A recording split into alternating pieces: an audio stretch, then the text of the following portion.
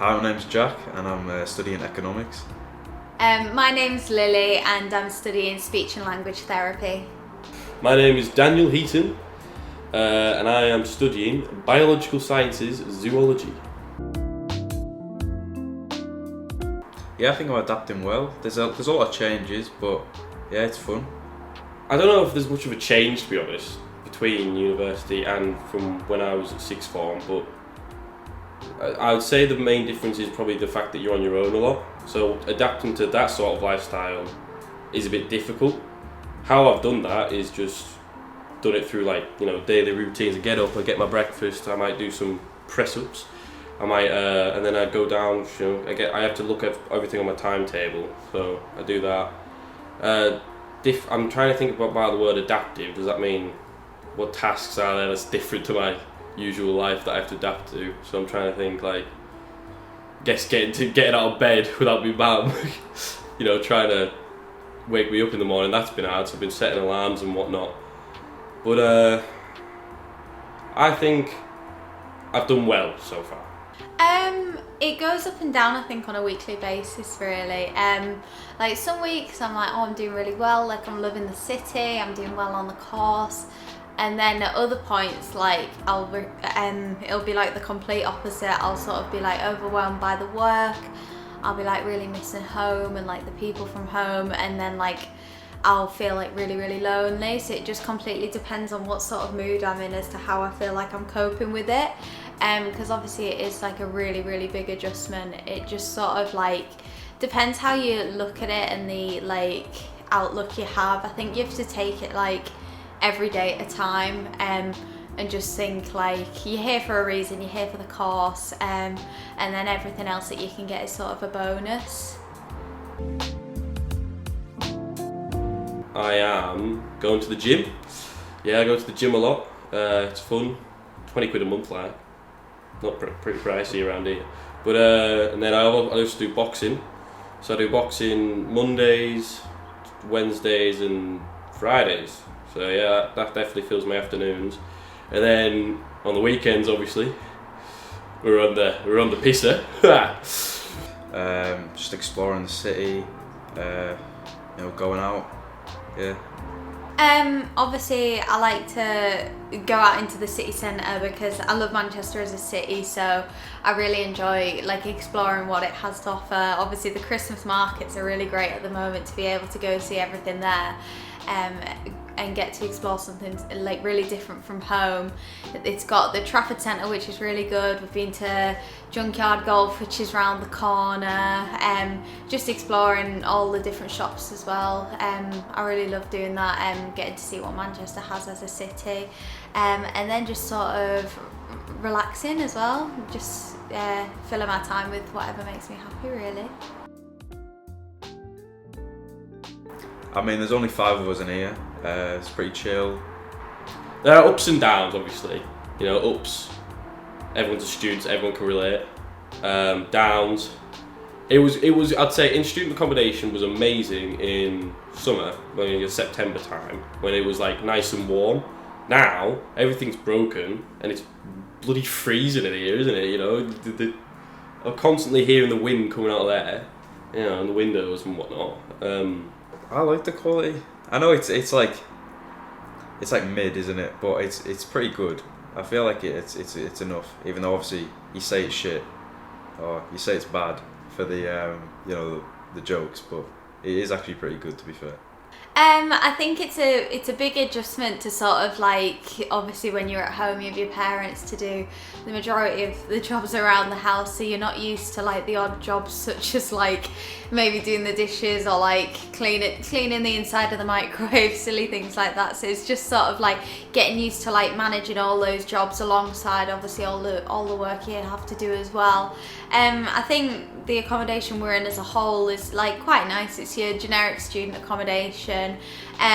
One of the major things that I'm not really used to is sort of like how claustrophobic the room can feel at times, like because it is such a like box room, like you can't really swing a cat, so you've not got that much space, and when you're kind of on your own it can feel like really, really isolating. I think that's the big thing that I've sort of taken away from it. So like making sure that you're not spending a lot of time in your room and you're going out and you're doing other things within the accommodation and within the city sort of helps make that a bit better. At the moment, it's the exact same as A-levels. There's not much different to it, so yeah, I'm enjoying it because it's easy and I know what I'm doing. Hopefully it doesn't get too hard. Practical side of things, when I'm in the labs, that stuff's really good. You get to do things that you never would have done when you were in secondary school. My course is definitely very, very full on, especially compared to some of the other courses that I've spoken to. But I was expecting that as it was a medical course, really, so it's nothing I wasn't really prepared for. It's sort of, I had my placement the other week and that was really, really good, and it sort of gives you an idea of why you're doing it for. So all the generically boring stuff that you have, like learning about the different types of verbs and adverbs and pronouns, it sort of puts that into perspective as to why you're doing it, and really helps sort of like visualize what your career is going to be like in the future. So I'm looking forward to sort of developing my skills to be able to go on and do that, really. So it's definitely been really, really good. I'm actually enjoying the essays that I'm doing as well, and if you enjoy what you're doing, I mean, like, you can't go wrong, really. It's just so yeah, I'm really enjoying it. Yeah, subject wise, I feel like even though we're like 2 months into it, I haven't really got into it yet, in a way. Like the actual content, because there's a lot of stuff you got to do, you know, to like, you got to learn how to do things before you actually do things. If that makes any sense. Does that make some sense? Yeah. But no, yeah, it's good. It's good.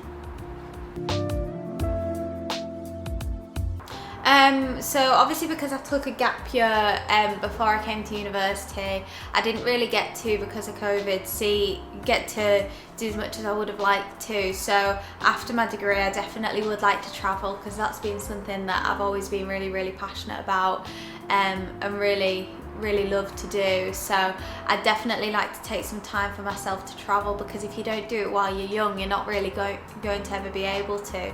So I'll definitely make time for that. That's top of my bucket list. And then after that, just sort of like getting more experience under my belt, and developing the skills that I've learned here. Really, it's a practical course, so keeping up with those skills and keeping up with what I've learned, and just sort of seeing what it has to offer, really. I don't have any set in stone plans, but just being able to go on and use the knowledge I've gained to go on and do different things and explore, really. Future plans, obviously going to chase the bag, you know. I don't know, some career moves. Not really sure, to be honest, what I'm going to go into exactly. Well, I came to university to study zoology, and the sole purpose of actually getting a job at the end of it, and that would be to be a zookeeper, not a zoologist or scientist. I'm not really a fan of that sort of place, doing that. It's very statistical. I'm not a fan of it. Whereas, labouring and going around shoveling shite, yeah, that's what I want to do. I do hope at the end of it I'll be able to get a placement or somewhere, or get an internship in an actual zoo, where I'll be able to get a zookeeping job at the end of it. That's what we hope. Maybe Chester. So that's probably having my hopes too high, but no, yeah. I'm also thinking about studying, maybe going abroad for like a gap year, maybe see if I can get some stuff there, maybe in the US, or I'm thinking Australia first, depending on what age I graduate. I should actually graduate at the age of 21, so that will mean I'll be able to go to the USA, because I'm not going over there if I'm not 21, because everyone's going to be no alcohol, you know what I mean? Whereas Australia, I think it would be better, because I'm pretty sure they drive on the left. So, but yeah, I do hope to get a zookeeping job at the end of my course, I hope.